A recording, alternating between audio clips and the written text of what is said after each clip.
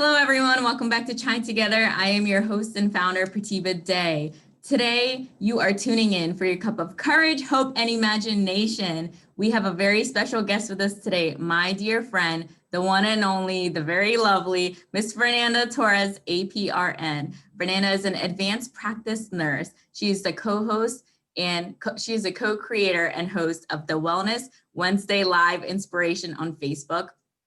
She is also the founder and host of the Positive Blueprints podcast on Apple. And her mission is to create a positive health impact worldwide. She's here with us today to discuss her journey with depression and anxiety and the tools which she used to overcome. Welcome, Fernanda. Thank you so much, Prativa. I'm super excited to be here. I'm so happy. Yes. Thank you for the invite. You're welcome. You look adorable. Thank you. Thank you. All right. So let's start. How are you feeling right now? I'm feeling good. I woke up at 4 in the morning and exercised, did my routine. I meditate every day. I do visualization. I do all of my things that I do every single day to keep me balanced and kind of moving forward always and positive. And I'm doing great. And now I'm here with you. So can't get any better than that. Awesome. So we talk a lot about Sadhguru between us in our private conversations. So since you've been meditating consistently on a daily basis, how do you feel how you were before and how you are now in your physical and spiritual being? Meditation, I think, hands down, has been one of the biggest and most important tools in my toolbox. I can't say that it's the only thing and just meditation alone, it's doing it for me because I do so many things. But when I don't meditate, and I haven't not meditated in like 7 months, I meditate every single day, twice a day. But about 7 months ago was the last time that I didn't meditate for a couple of days, and I felt it. I feel like my anger, it's easier to rise, and I have less patience. And not only that, but meditation really allows me to get outside of myself, like outside of my body, if I can kind of explain it in a way, and see my body as simply a tool and see my mind as completely different and apart from me. So when I'm thinking thoughts during the day, when thoughts arise, I know that they're not mine, that they're simply thoughts that come into my head. So it helps me in so many ways. Attention and focus also improves. So when I'm doing something and it requires attention, I think meditation has been one of the biggest tools too that have helped with that. Do you feel your imagination grew? Because I'm experiencing that with just Sadhguru's inner engineering course right now. Yes. Well, I've always had I can't say like a huge imagination, but I've always kind of thought outside of the box. I've never really been a crowd follower. I'm the one that goes in the opposite direction the whole time. But yes, like I see it more kind of happening and more thoughts, like creative thoughts coming in lately since I started meditation than before. Wow. It's amazing. And I know you have 2 boys. So your relationship with them, it really helps you keep calm then. Oh my God, yes, girl. Please, yes. If anything, I would continue the meditation for the rest of my life because of them, because I think the environment, and I have gotten that from my kids and my mom who lives with me, the amount of change, the amount of patience, the amount of tolerance, the amount of just overall feeling calmer throughout the day has changed significantly just over the past year. I have been Colombian. I think that's part of it, but we have a temper, right? We're like strong-willed and we're like, Yes. So before, if anything would bother me, and because I'm not a crowd follower and I've always done my things and I kind of just craft my own rules and I go by my own rules literally on things, a lot of times when people would disagree with me or people would not necessarily do what I was expecting them to do, including my kids, it would be like that. It would be like literally from 0 to 10 in 5 seconds, And now literally I have that moment in between when something happens or when something that I was expecting to happen did not happen. I have that moment that I'm like, before I react, I'm like, wait a minute, I'm looking at myself from outside and that's not the right way to go about it. Yeah. So it's so big. Absolutely. Yeah. Because we're learning in our coaching to respond. And also Sadhguru says to act, like watch your actions, not your reaction. But you said you meditate twice a day. So is that long term? Like, what do you do for your meditation? So I do different types of meditation. Sometimes I meditate on my own. Sometimes I use guided meditations. I have not tried walking meditations. That's next for me to try. Wow. But I usually go from anywhere, depending on the time that I have. I go from maybe 15 minutes is probably the minimum that I do, all the way up to, I think yesterday in the mountain, because I hike when I hike and I meditate. Yeah, I in the saw mountain. that. Yeah. Yeah. And yesterday the meditation was like a 50-minute meditation. So the Wow. longest that I've done, it's like a 50-60-minute meditation. At that point, it's like I am kind of like too aware that I'm aware. But the shortest would be like a 15-minute. I wouldn't do any less than 15, because a lot of the time that I'm meditating, I'm occupying myself in like quieting down my mind, right? Also, your environment is very important. So you live in Arizona now and you moved from Chicago. So how was your meditation routine in Chicago compared to now? Oh, it's changed so much, because here I can meditate out in nature. Like it's November and I'm out and I'm meditating in the mountains, and Chicago, like it's snowing and it's so cold that it's impossible, right? So in Chicago, I would literally grab my bike, and only during the summer, of course, I would grab my bike and I would go to a little park that was, I think it was like 5 miles away from my house. That was the closest park with a river. Yeah. And I would go in, of course, in a quiet space, and I would meditate over there, but it's a park. So you still hear a lot of, people and everything else. Here, I literally drive 20 minutes to any mountain. I have like tons and tons of mountains around my house within a 20-minute drive. And the mountains are huge, and you can find amazing places where nobody bothers you. Literally, like you have the whole mountain to yourself, and you're one with nature. So it's unbelievable. And it's November and I'm still doing it, and the weather is beautiful. I think it's like 90 degrees out today. So wow, it's cold here. I know. But I'm so happy for you. I definitely, when I lived in Thailand, nature really helped me heal, and like nature is important. Oh, chai together. Cheers. Cheers.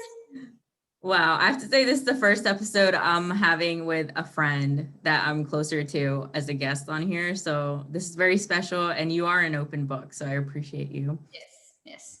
I want to dig into a little bit of how you were before meditation. I know you said anger, and that's something I can agree with.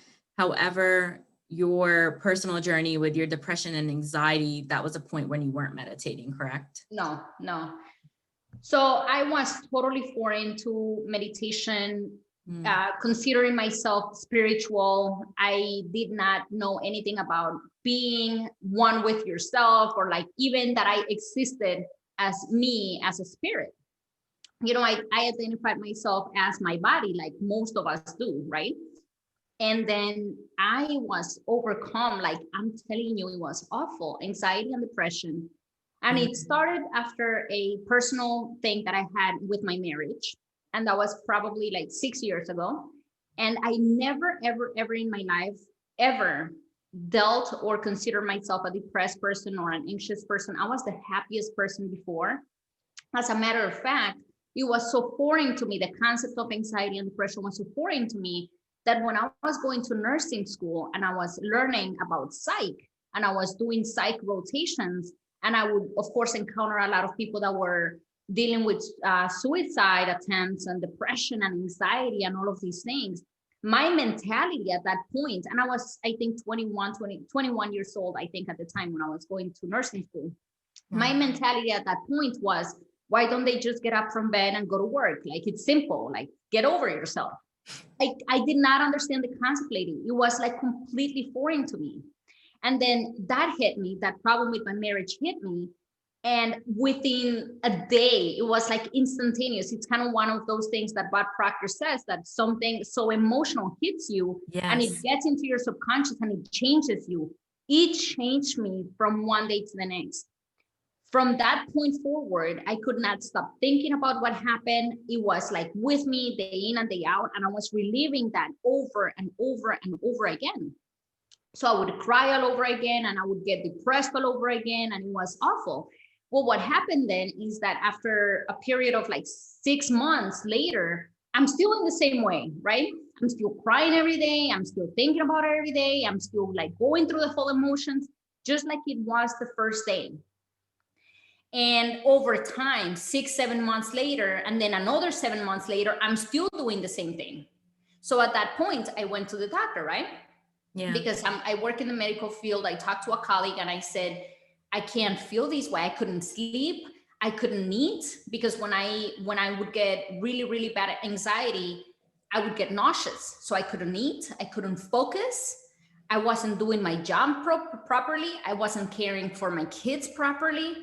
I was not a good person. I could not be a good person to be around.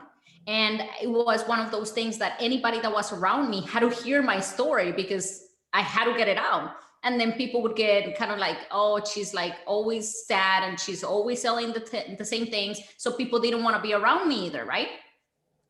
And so I was taking medication because I knew that I wasn't doing good. I started taking medications, not knowing any better. I started going to counseling. I was dancing. Dancing has always been an avenue for me, and I was doing it even more during those times. I was dancing like 2 to 3 times every week. And then with dancing came drinking and more stuff, right? So I was looking for avenues, healthy and unhealthy, to heal myself. And I wasn't getting better.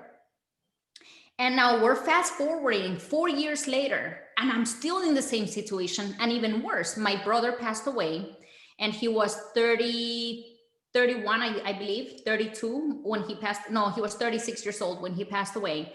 And I was at his bedside. He was in Colombia. I had to fly over to Colombia, and I saw him pass away, with me at the bedside, and dealing with all of those emotions. So I was in a very, very big hole, and I didn't know how to get myself out. In my mind, I was doing everything possible, counseling, therapy, medications, dancing, talking to people. I was doing anything that I could. And every day was worse. Like, I would get up from bed and I would be like, why did I wake up? And my heart, immediately, I would open my eyes and my heart would be racing. It would be like pounding. And I had an Apple Watch at that point. I don't even use it anymore, but I had an Apple Watch, and the Apple Watch would register my heart rate in the morning, 220. I mean, it was insane. Why? Insane. My hands would be shaky and sweaty to the point where it was like completely wet the entire day. And at this point, I was already a provider. I was already a nurse practitioner. So I would go to work and I would be seeing patients, and the patients are telling me their story. And I was so busy with my own thoughts that I wasn't even able to pay attention to them. So I wasn't providing good medical care. It got to the point where one day I woke up, and as I was driving to work, I was literally feeling like a hypocrite. I'm like, what am I doing? I'm going to work. I'm trying to help people feel better. I'm not doing a good job at it, because I knew that I wasn't doing a good job. And I'm feeling so unhealthy myself. So what am I teaching? How am I helping if I don't even know how to help myself? Right? Yeah. And I was literally, and I've never done this before, I was literally asking out loud in my car. I had an hour commute. And as I was crying that day, as I was driving to work, and I was literally with the hands on the steering wheel, I'm like, what else can I do? What else can I do? Please, please. Like, I was desperate, lady, desperate. On my way back from work, I was listening to a song on YouTube.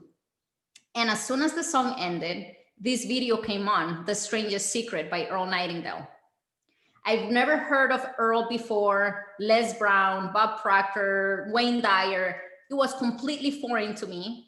Anything that had to do with spirituality or meditation or inner self and inner work and everything was like total BS to me. Anything that was biology and that you could show me and prove it to me with facts, I'm like all good for it, because that was my education as a nurse. But anything else that I couldn't see, I couldn't touch, or I couldn't feel, I was a non-believer.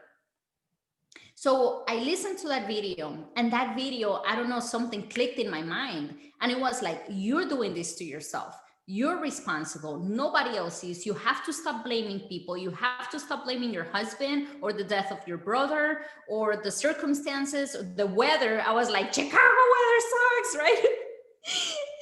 So the weather, like I was blaming anybody. And that video clicked, something clicked in me and said, you gotta stop blaming people and you have to take responsibility. You are where you are because of your thoughts. That's what the video told me.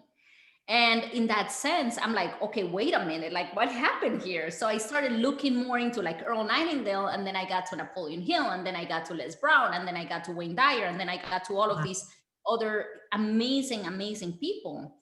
And that started my inner journey of self-healing. And I can go a little bit more in depth, but I'm telling you, I want to say within 2 months, I was medication free, and I have not taken medication since then. And I don't have the need. I consider myself a happy person, regardless of what's going on outside. Of course, there are situations that kind of bring you down, and I'm kind of going through something like that right now currently. But overall, I keep the perspective that I am bigger than any of that. I can take anything and nothing brings me down. Fernanda, you've come so far. I want to touch on two things. So the first thing I want to touch on is forgiveness, because you're vulnerable and you're able to admit that you were not a good person and that you didn't give the best treatment to your kids. And a lot of people suppress that. And those who haven't healed or grown, they wouldn't admit to that. So that's how you know you come far. And the second thing I want to touch on is culture, because even in my culture, being South Asian, mental health is a stigma. Mm-hmm. Not taught about that, especially you coming from Colombia. And that is the change that needs to come in the world, in Asia and other countries. And everything you said is right on. And just like Les Brown, he quit cold turkey when he got off his medication because he was addicted. So for you, what was that process? Like, did you ease out of it, or did you just quit cold turkey too? I had my 3 bottles of medication. I was on 3 medications. Wow. 2 for anxiety and depression, and 1 for the side effects of the medications. And one day I saw my bottles kind of like, I think I was running out. I had like 3 pills left on each one. And I started freaking out. I felt myself like freaking out, like, oh my God, what am I going to do? And I had no refills at that point, which I don't know why I was freaking out. I work in the medical field. I have a lot of colleagues. I can literally just text any of my friends and say, hey, send me a refill. But I was freaking out. And I think that was one of the first times that I saw myself outside of me, if it makes sense. Something like me looking at myself in that situation saying, why are you worried? You don't need these things. You have yourself. And kind of like a sense of peace came into me. And I'm like, you know what? I'm not going to refill the medications. That's it. Like, I'm going to take the last 3 that I have, and I'm not going to refill them. The next day I woke up and it was time for me to take the medications. And I heard myself saying, you don't need to take these medications. So I didn't even finish the last 3. I threw them away. And that was the end of my medication journey. Yes. Yes. I personally believe that you don't need it unless it's a psychosis aspect, like such as my mom's. But even then, everyone has their own beliefs. But when it comes to anxiety and depression, I do believe it's more so inner work and self-development. And meditation does help with that. But people say it doesn't work for everyone. And there's been studies where meditation doesn't work for everyone.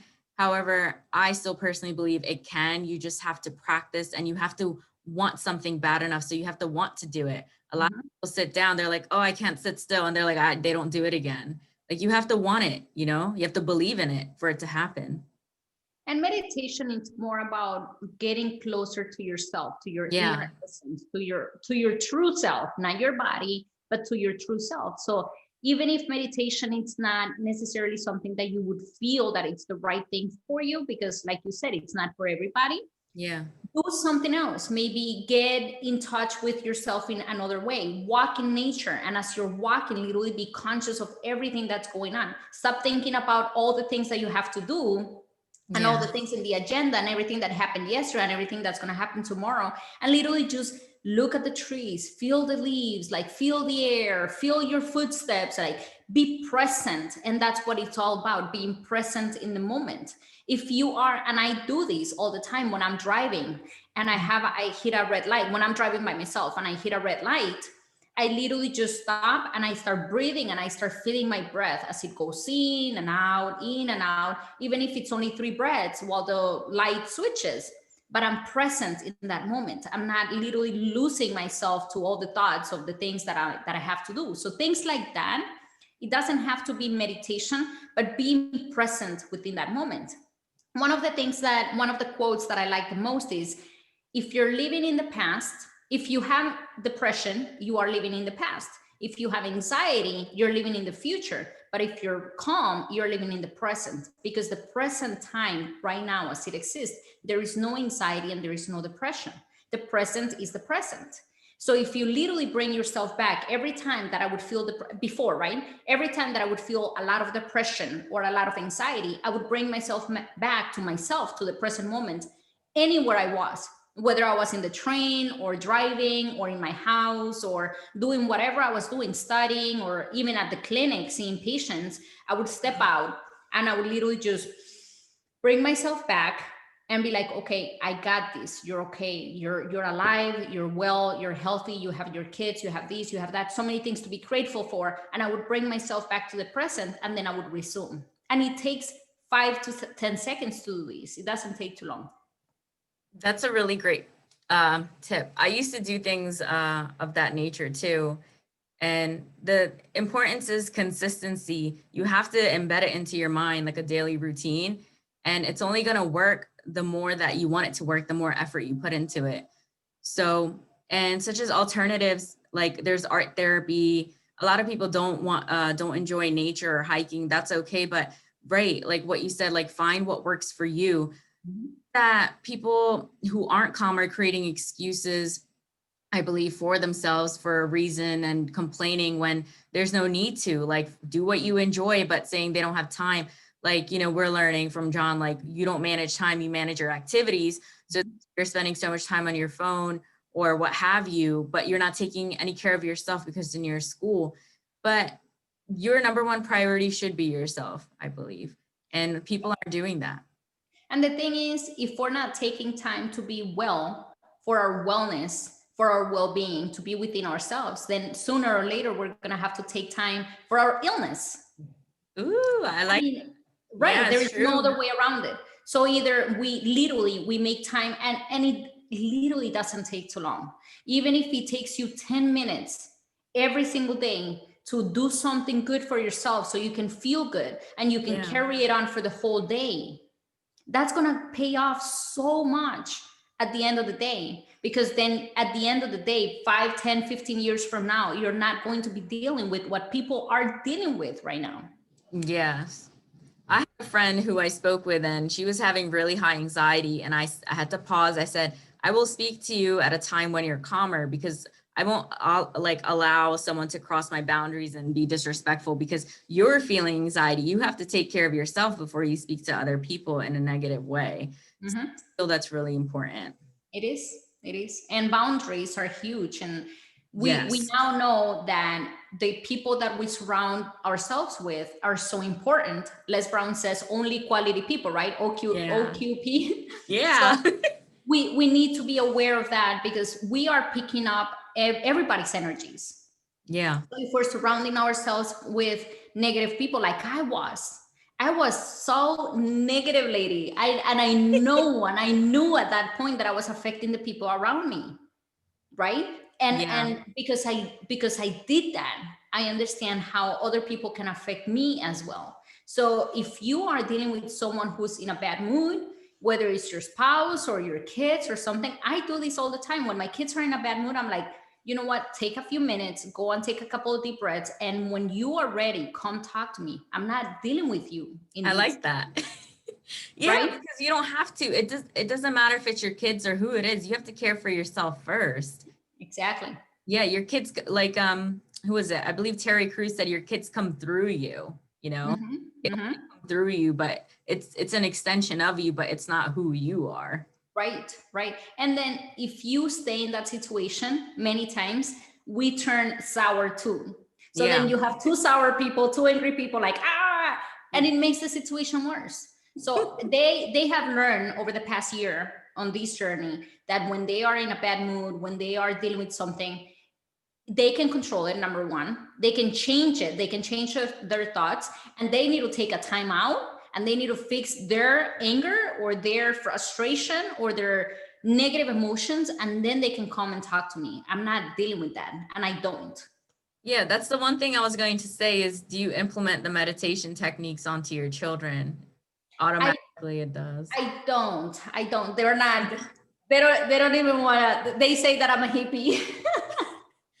So I know they don't meditate, but I mean, the methods that you're using for them to go take a timeout or take deep breaths, you're still, giving your overflow over to them and saying, hey, these are things you can do to calm down. Yes. So do In they that do sense, that? yes. Yeah, they do it. Mm-hmm. I talk to them about the fact that their thoughts are simply an extension of them, but they're not, it's not them. I talk to them about how they can switch their thoughts within a moment. Yeah. I teach them about everything that I'm learning, of course, at their level, right? And I have given my oldest, he's 14, I gave him a book that was very transformational for me. The name of the book is The Untethered Soul by Michael Singer. Yes, I have heard it on audiobook. I completed it. It's awesome. I recommend it to everyone. Amazing. It is It's amazing. so calming. Yes, I bought the book for my mom, for my dad, and I Wow. gave it to my son because it had such an impact on me in understanding about these little boys that we all have inside our minds and how much trouble it causes. Yeah. And I have to say the Michael Singer, like his audiobook, his voice is so calming that I can just listen to it again and again. Like I really recommend the audio version on Audible. Awesome. I'm gonna have to listen to it. I've read it at least maybe 4 times, that book. And actually, when I was still seeing patients face to face, I'm doing telehealth now, right? But when I was seeing patients face to face, I was the provider that a patient would come in and talk to me about anxiety or depression or even other conditions. And they would walk out with a prescription for that book. I'm like, go and buy this book and read it. Like, this is going to change you. Wow. Did anyone ever get back to you about the book? Yes, yes. I have a few patients that were able to get completely off medications Wow. because of realizing that we have that power within us and that the thoughts are simply thoughts. So now you're more towards the holistic approach. Yes. Yeah, I remember. So now how do you feel, regarding nursing and you having this new approach about healing yourself? Like, where do you want to be now? My goal for health, because I'm huge in wellness in health, and I want to literally create a global impact on Yes. people to realize that they can heal themselves, that we have the power within us, that we have this huge power that we can all tap into, but we don't know it. So we don't use it, right? Yeah. And I want to create this awareness. I want to bring this awareness to people so they can access themselves, because it's within us that we can literally get the most out of our health or our lives. And the problem is that we're looking outside for the solutions. We're looking for a medication, for a pill, for a therapy, for somebody else. But if we literally just step within ourselves, think about this for a second. If you cut your finger, what happens? You It bleed. heals. Oh. Afterwards, right? It heals. Yeah. Mm-hmm. Do you have to do anything for it to heal? No. No, you just let it be and the finger heals. Wow. So everything, your whole body, it's literally designed, beautifully designed to heal if we don't mess with it. But we're messing with our health. So if we don't mess with our health, our body is always going to try to get back into balance, restore ourselves. So let it heal. It will heal. I see a lot of Sadhguru's influence on you when he uses analogies and stories and saying everything is already within us. Everything that you study, and this isn't overnight. Like, I want everyone to know, like, this isn't overnight. It's, you have to read every day. You have to live this life. Like, it's not, oh, you read it once, that's it. And you know a fact or two, but you have to actually live it and breathe it. And that's how you become to know it all the time naturally. Shows you're amazing. Yes, it's a lifestyle. It's not It something is. you can literally just understand as a knowledge type thing. Like, oh yeah, I read that book and I know what the book says. Well, how many times have we learned something, but if we don't apply it, if we don't do something about it, then nothing ever changes, right? Yeah. And so this is not something that we can just get the information for and then expect a change in our lives. We have to apply it. We have to live it. We have to breathe it. But it works, and it works wonders, because there is nothing that's going to give us more results than literally just tapping into our own potential. Yeah. I remember Bob Proctor, he bought the Napoleon Hill book, Think and Grow Rich, for all his friends and the audio records, and it didn't change anything for them. For him, he was listening to it every day, all day in the car and doing all the work, and reads it now, like over 50 years. That's how he changed his mindset. And that's how it happens. Yeah. Yeah. It has to become a lifestyle. It has to be applied for, just like anything else. Like, if you go to your provider and they give you a prescription, let's say that you're looking for solutions outside and they give you a prescription and you buy it, you go to the pharmacy and you buy it and you put it in the counter, but you don't take it. Yes. You gotta do the work. You got to do the work. Things so simple. And you know how we learned from Bob Proctor that, the mind is free, which is why a lot of people don't use it. And Earl Nightingale, I know you're big on him. So he says, if most people were to say what they were thinking, they'd be speechless, because 2% think, 3% think they think, and then 95% rather die than think. And that's Ken McFarland. So we're doing great. Thank you. I want you to share, before you go, I want you to share your routine, because you're consistent. I know you wake up early, and I want to know some of the things that you do so people can apply it to their life too. Yeah. So I wake up every single day at 4 a.m. Yeah. And girl, like a year ago, anything before 8 o'clock was like, don't talk to me. I was like in a bad mood. I'm telling you, I was like in a bad mood before 8 o'clock. I didn't want to be bothered. No way, like too early. Yeah, you need coffee. I know. And I started waking up at 6, and then I started waking up at 4, and 4 o'clock is the happy hour for me, because it allows me to do so much. And that time of solitude and quietness, it's needed for me. And if I wake up at 6, sometimes my kids wake up at 6, so I wouldn't have the time, right? And I need that time without any interruptions, without anybody around me, without any sounds or any noises or anything, for myself. It's my time, is the time that I invest in my own health, because everything else that I do for the rest of the day, it's like for somebody else. So that's my time. So I wake up at 4. The first thing that I do is I meditate. And sometimes I meditate for 15 minutes. Sometimes I meditate for up to 30 minutes in the morning. And then after meditation, I listen to my life script. After my life script, I listen to my affirmations. And then after the affirmations, I visualize for 30 minutes every single day. Wow. After I visualize for 30 minutes, and the importance of visualization, let me share with your audience really quick. Your brain, and this is huge, your brain does not have a way to differentiate what you're thinking in your mind and imagining and what's happening in real life. Wow. And this has been proven scientifically in many studies, even with NFL players that had been given like obstacle courses to do, like physically do, and some other group that were only to imagine that they were doing the obstacle courses. And what happened with the results of that study is that the connections that were created in the brain were exactly the same. So what we're imagining and what we're actually doing, the brain has no idea to differentiate. So if you're imagining your future, if you're imagining the life that you want to have, if you're literally investing that time, then sooner or later it's going to happen, because you're creating that reality for you, right? So I visualize 30 minutes every single day. And then after that, I exercise. I go on a bike ride or I hike. If I hike, I usually only hike, I would explain what I mean by that, but I usually hike for like 3 to 5 miles. If I bike for about 7 to 10 miles, and then I come back home and I do like a high intensity workout. Wow. And then after that, I take care of my kids. By that time, I have to wake them up. It's like 6 in the morning. So I wake them up, get it ready to go to school, make them breakfast and all these things. And then I start getting ready for my day. That's when my day starts.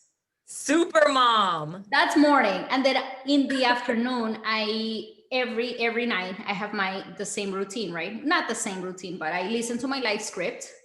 I listen to my affirmations, and then I meditate. Those are the major three things that I do every single night. And my meditation at night sometimes is a little bit longer because many times I have the time, right? And they can go from maybe 20 minutes all the way up to about 45 minutes, depending on how early it is and how tired I am and all these things. And when you meditate at night, do you imagine your future, your goal? Depending on the meditations that I'm using, Yeah. if I'm doing a quiet meditation, I usually just tend to bring myself back and the mind wanders, and then I bring myself back and mind wanders and I bring it back. Sometimes I'm doing guided meditations that have to do with thinking about the day. What can you do better? How can you improve tomorrow? And what kind of things you want to see in the future? So depending on the meditation, sometimes I would. Wow. That's a great routine. You look at Bob Proctor. Right? Wow, But Fernanda. I have to tell you that investing in myself has paid off the most out of anything else. And not only in the sense that I'm not taking any medications and I'm feeling good, but the amount of change with the people that are around me, and just seeing the harmony that it creates and seeing how I radiate that, and seeing the type of people that I'm attracting in my life, and seeing the type of circumstances that I'm putting myself in. That would not happen if I would have not changed my inner self. Because no matter what you say, it's how you behave, right? And what you behave, you can't fake. So No. And you fake it till you make it. We lie to ourselves that we're already there where we want to be. mm-hmm. What I say is, with you, for you to not take medication, I believe this is the best for you, because for people who take medications, you're dependent on them. So you've released yourself from being dependent on anything except for you. Mm-hmm. Yes. You Yes. saved yourself. Mm-hmm. And when you did Exactly. call out, when you did call out for help in the car, you asked for it and the universe gave you Earl Nightingale because you hadn't heard of him. I had no idea. I Yeah. had no idea that you can ask for something and it would show up. Before I knew that, we all have had circumstances where there is a coincidence.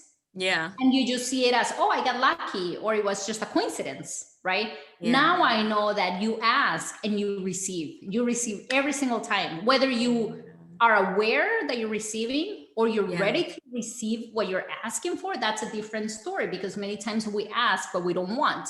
And then we're asking ourselves, why me? And why does it always happen to me, right? But we're always asking. The problem is that we don't know how to ask. We're always asking in the wrong sense of like, why is my back always bothering me? Well, guess what? The next day is going to bother you even more, right? So we got to be conscious, but every time that we ask something, we receive an answer. Sadhguru was just mentioning that in the inner engineering, you'll see when you're on about the back, like, you want it to go away. Oh, then everything will be better. You want this to go away, then things will be better. You always want more, more, and more. Mm-hmm. But I definitely agree with you. And even for me, when I was asking those things, I still hadn't healed from my trauma. So I was receiving them, but in a negative, like cloudy, dark way. And I was like, okay, it's a positive thing, but like I still hadn't healed. So now that I've healed, now when I receive these things, it's positive and it's lighter and it's like full of brightness instead of, a dark cloud over me. So you receive, it's just, you have to heal first. I feel that's necessary. Absolutely do. You have And to heal. something else that changed my point and my life actually was understanding that life is happening for you and not to you. And that was a major point also in my life, because many times we're like, why me? And why does it always happen to me? Yeah. That's the language that we use for anything negative that comes into our lives. And when I understood that, whatever happened with my husband, And all of this journey was because I needed to grow and I needed to be aware and I needed to realize, and it was such a transformation for me. So all of those, that dark moments that I had led me to me literally discovering myself, literally, right? So if we're able to change the perspective and know that anything, even if it's something that we perceive, because everything's a matter of perception, anything that we perceive as negative, it's literally just showing us and teaching us something. There is a lesson attached to it, something that it's going to make us grow and become better.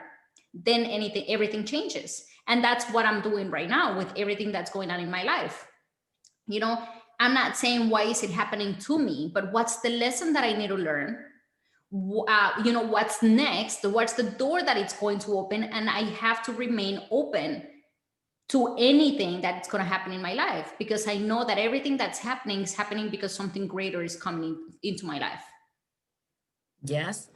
And this is what Earl Nightingale says, like in his the condensed book of Think and Grow Rich on YouTube. You get it for free. But the one thing it is that a lot of people stay average and stay stuck, like for the years how you were and how I was for 15 years, because we're repeating the same cycle year after year, doing the same things. Like you would have been right now, you would have still been taking the same medications. They would have been affecting your body. The fact that you were taking a medication and then the medication for its side effects, that is very unhealthy from my perception. People may disagree and that's okay. But you know, this channel is raw. So you know, it honestly, like it is profit, it is business, and it's insurance companies, and that's the truth. Mm-hmm. And what I try to help people understand is, if you absolutely need to take a medication because, for example, right, your blood pressure is crazy high, or your diabetes. So if someone has a condition like diabetes and their sugars are crazy high, of course, I don't want you to get off of your medications cold turkey and just think, oh, I'm going to heal myself, I'm going to heal myself, I'm going to heal myself, and expect your blood sugar to be normal tomorrow. No, it's a process. It took you 40 years to get to this point. It's not going to take you one night to get off of it, right? It's a process. But if you're doing the work, and if you're literally being aware of your thoughts and how your thoughts have emotions, and your emotions affect your body and everything that you do, your actions, then little by little, you know that you can heal yourself, and slowly you can get away with everything that you're using. But it's a process, right? So medications many times are needed, in my opinion, they're needed in that in-between process. But once we become aware of the power that we have, or our inner healing power, then we can literally just tap into it more and more and more and more until we're able to only use ourselves as our own healing power. Yeah, well, I agree with that. And one thing I want to say is you have to be aware. You can't be in denial about your own condition, because then you're not going to be able to heal. And that's the thing that's a challenge for me with my mom, because she's in denial regard to mental health being a stigma in our culture.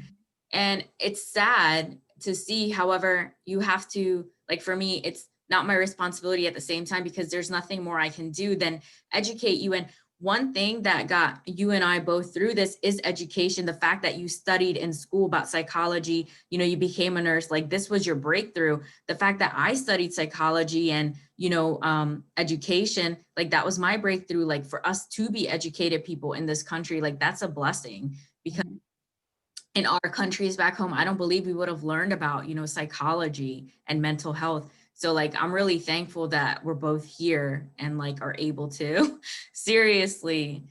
Yeah. Yeah. And the taboo everyone. part, Yeah, go ahead. the taboo part that you mentioned is huge, because It is. with African Americans, with South Asians, with Hispanics, anything that has to do with feeling emotions, it's perceived of as weak. You know, you're weak if you're depressed, you're weak if you're anxious, you're weak if you're crying, you're weak if you're showing emotions. And all I have to say about that is avoiding to feel an emotion and pretending that it's not there, in my opinion, it's not dealing with any problem, right? Yeah. So if anything, it's kind of like just having that huge thing that you're just putting in a closet because you don't want to deal with it. And the reason why most people don't want to deal with it, it's because it's raw and it's painful and it's tough to deal with emotions. So if anything, dealing with those emotions recognizing those emotions and getting through and navigating those emotions, that takes a lot of work. And only you gotta be brave. You gotta be very brave, because the easy thing is just to ignore it, to pretend that it's not happening, right? But once you tap in and you say, okay, I'm dealing with this and I'm feeling like crap, and what do I need to do? It's a hard road, and it's not easy. And a lot of people want the easy fix. Give me the medication that is going to get me better by tomorrow, Yes, right? that's my mom. Exactly. But if you're willing to do the work, and it's not easy, but if you're willing to do it, the sky's the limit. I mean, I can't say that enough. Really, like Les says, you know, your willingness to do the things you don't want to do, that portion of his quote. And like, I want to mention like about parents, it's the people who aren't courageous. They're not able to help themselves. And then the parents also project onto their kids, don't cry, stop crying. What did I tell you about crying? You know, that attitude. And then they teach their kids to be hard rock. And when they grow up, they have trust issues. They're not able to be vulnerable and courageous. They end up just like their parents. And you parents feel they're, you know, kids need to feel their emotions, like tell them to stop crying. No, like crying is a natural emotion. You have to let it out. But people who think that way, I just feel it's ignorance, and they don't want to better themselves. Even when education, we have so much technology, we like education at our fingertips, Google anything, yet people don't want to learn. They still want to watch this just entertainment all day, Netflix, whatever. But it's like, you're not learning anything. You're just passing time and people being bored. You're not bored. It's your mindset. Like, I don't ever get bored. I don't. And that goes back to what you were saying about Earl Nightingale. Yeah. 3% of the people think they think, 2% Yeah. don't or think, and then Yeah. 95% of people don't think. Yeah. So what do you do when you're not thinking? You go back to your programming. You go back to Yeah. Netflix. You go back to doing the same thing. You go back to driving the same way. You go back to getting up from the bed in the same manner, because you're programmed. We're Yeah. computers. We are computers. So if we're not actively thinking about doing something different for ourselves, if we're not saying, you know what, I'm tired of this, I want a different reality for myself and I'm going to create it, then nothing ever changes. Yeah, I had one. Honestly, I survived everything because of my willpower. I wanted that change. Like, I wanted to help myself, and no one was going to do it but me. I remember one time I was very obese when I was younger, possibly 19. And I got up one day and I hit the gym. It's something inside of you. And I, you know, lost a lot of weight and I did CrossFit, but you have to want that change for yourself. No one's going to be like, hey, let me hold your hand 24/7. Now it's time to go to the bathroom. Now it's time to go to the gym. Like, you know, it's no one's going to save you. Like, that is what I believe, because even, yeah, you'll have friends maybe help you here and there, but permanently, financially, all that is your responsibility. It is. It really is. It's kind of like my son goes to the gym almost every day. Oh. It's like him going to the gym and me expecting a six pack. Like, it's not gonna happen, right? If you don't do the things yourself, then you won't get the results. Yeah. Is he checking himself in the mirror every day? Like, is it growing? Oh my God, girl. It's crazy. It's mad. It's like he goes like, like really. I know I should record him. Oh, this is amazing. Thanks for being on Chai Together. Thank you, lady. This is so fun. Yes. We're going to have more conversations on and off. Of course. Okay. Tell everyone where they can find you. Tell them about you. Mm-hmm. So I am on Facebook and Instagram under the handle @positiveblueprints. You can also find me at www.positiveblueprints.com. And then I also have a free book that I created, and that is to help anybody start transforming their lives today. It goes about goal setting, thoughts, emotions, and health, because every thought has an emotion that affects your health. And you can download this book for free at www.fernandacastaneda.com. Awesome. And I'm going to leave the information below. And this was really great. You definitely are knowledgeable and you know what you're talking about. Just like Bob said, when he saw one of his, you know, friends, when he got on stage, he was like, I knew what he was talking about. That's how Oh, yes. Well, you got to live it. You have to live it. You know, it's not just a matter of to live it. It becomes a lifestyle. Yes. And you can't fake that, of course, right? No. That's what I had said in my speech on the summit. I said, you know, I live this, and it literally is true. I had to put in the work. I earned that, you know. But thank you. Thank you, lady. I appreciate you having me on. Bye.